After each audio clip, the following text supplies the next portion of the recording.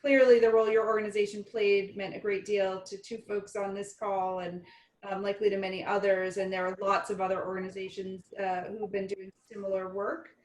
Could you talk just a minute about the role you see your organizations and other nonprofits and partners playing as we head into the new school year? Yeah, absolutely. And I think that, you know, Sonia and Andres have been very kind in their words. We have been following their lead, really. Their resilience have inspired all of us. I think if there's anything that we have learned in the last few months is that no one can do it alone.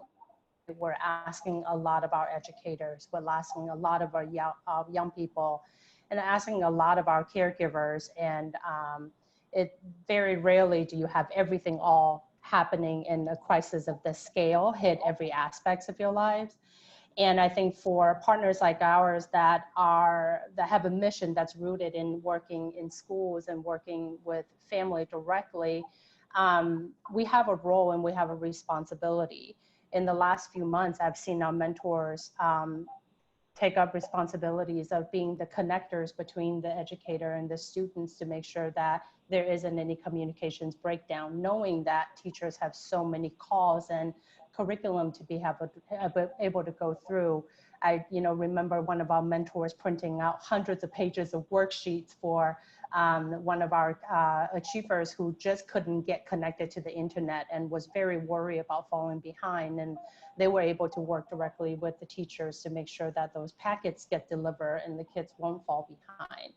And I think for us stepping up in filling in needs that families all of a sudden have, or there were needs that were existing but definitely exacerbated in the middle of a pandemic, that just means that there's one less thing that they have to worry about.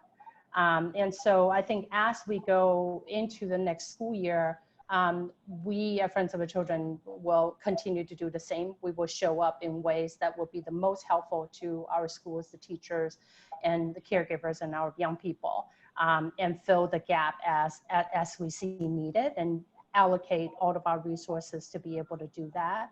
I would encourage all of the partners that are either school-based partners or community-based partners to also plan accordingly, a plan to fill those gaps, because we would imagine that remote learning is here to stay. We learned a lot in the last 4 months. We're gonna take all of those lessons learned forward to do this next school year even better, and to make sure that our young people and their families feel like their school district and their school has their back, and also that the teachers can do what they do best, which is to deliver world-class education to our most treasured community in our city, which are our young people. So